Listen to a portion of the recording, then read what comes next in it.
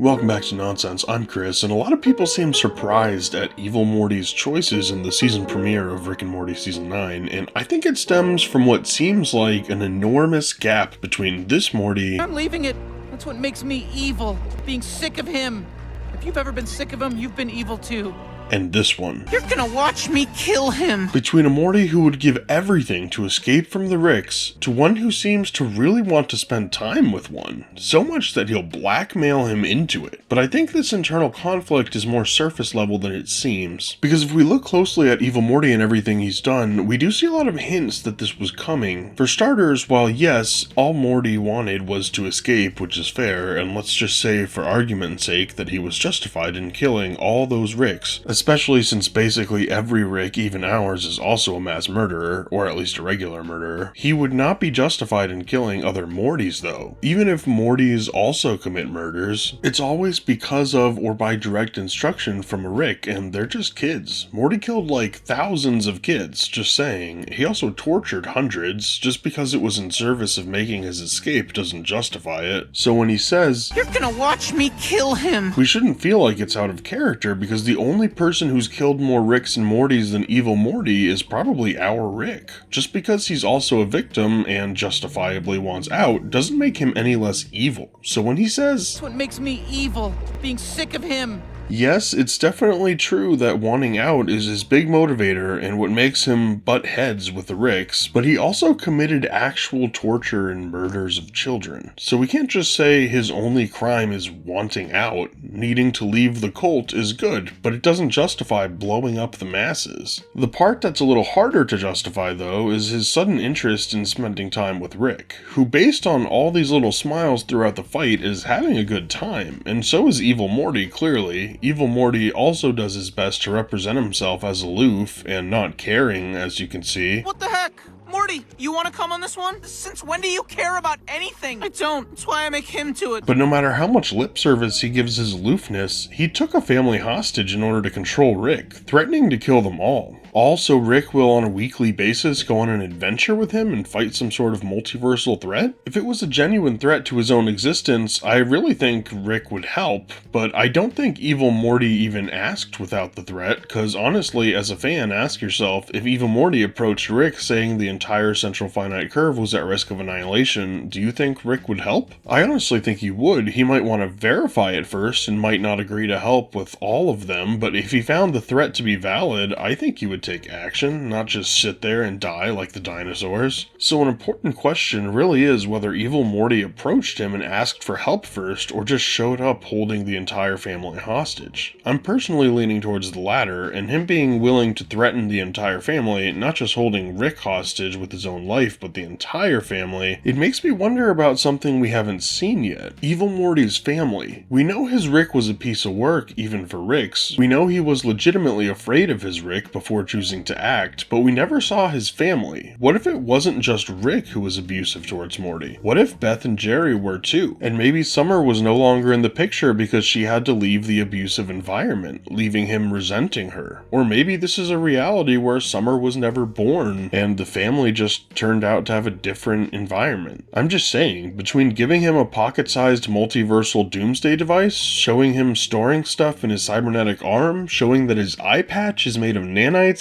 and having him literally comment on how weak the time prison security was, they've really set this up for him to break out and basically threaten not just the entire central finite curve, but the entire multiverse that Rick and Morty is supposed to exist in. Which obviously Rick doesn't want the multiverse to be destroyed. He didn't even want to let the family be wiped out. He definitely doesn't want everything and everyone destroyed, even his friends like PB and BP and Squanchy, and obviously the show isn't going to just stop, so I don't think it will actually come to pass, but I do think it's leading to an ultimate confrontation between C-137 and EM, though instead of ending the way the story with Prime did with a dead protagonist, they might just drag it out for the rest of the series. But I think the more likely option is that it will be more like a Memory of Beth episode than the murder of Prime or an eternal conflict, where EM is basically forced to confront his feelings and process his trauma as Rick talks him down. And you can imagine that if he had a fully abusive family, that from his perspective, this moment right here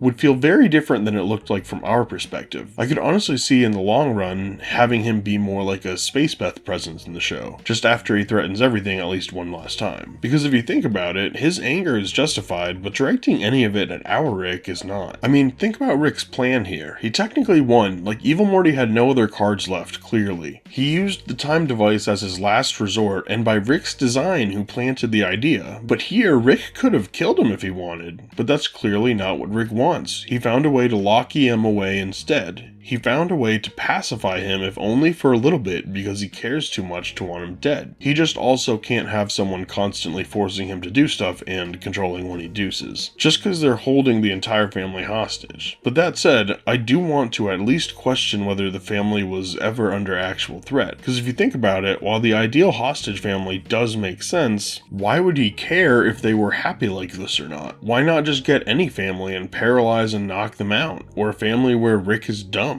I get torturing Mortys to some degree. I mean, we all kind of hate ourselves, right? That's definitely a big Rick characteristic at least, but I wonder if he would actually want to see his sister or his mom scared and in pain. It might just be easier if they were this ideal family, because I do think Morty is right. He's got a big ol' crush on you. But I also think EM had alternate motivations, like getting his hands on this or other things like it, but I think in the process, he found he connected with Rick and didn't know what to do about it. And when he says, I really do hate you guys, it's true, because he hates that they have some sort of healthy relationship, at least comparatively to literally any other Rick and Morty, let alone EM. He's probably just hurting and longing for his family, and seeing a more loving, united family like this one pisses him off. But besides all that, I think he also just always liked this Rick because our Rick hates other Ricks. Remember, this was actually Evil Morty talking. We're not so different, you and I. Yeah. And he seemed caught off guard by the way Rick chose to live his life.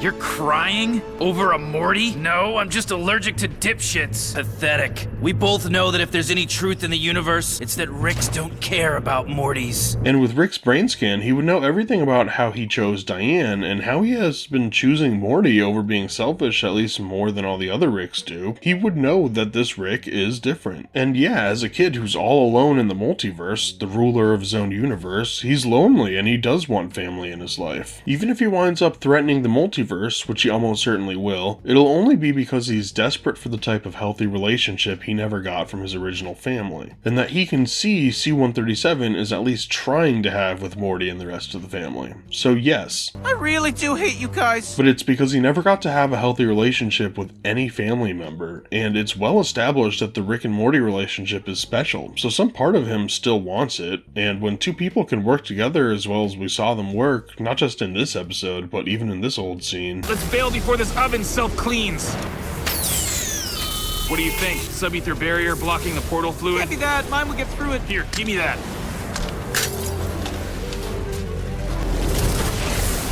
Don't freak out. I'm gonna tweak this. Carry the two. You need some kind of vector? I was getting there. Come on, go, go, go! This specific pair complement each other well, and they can both feel it, and the animators have made sure to make it visible. I don't think EM could have actually pulled the trigger on wiping the family from the universe, because he'd actually be fully alone. Nobody left to connect with. And just like with Rick in the beginning of the series, Hey, Morty, you wanna go on a... Oh. Hey, Beth? Hello? Hey, Jerry, you in here being stupid? that's really his biggest fear. Everything that's happening fits perfectly with Evil Morty's character. He's desperate for C-137's company because he's alone, not just as a genius, but in the multiverse, with nothing but abusive memories of his family and a desire he can't even acknowledge for a healthy familial connection. And he's suddenly threatening all this stuff and being truly evil because he's done those horrible things before, and he's always hated the other Mortys, because he sees them as weak for bowing to Rick, just like Rick hates the other Ricks. They've both gone on multiversal self-killing trips.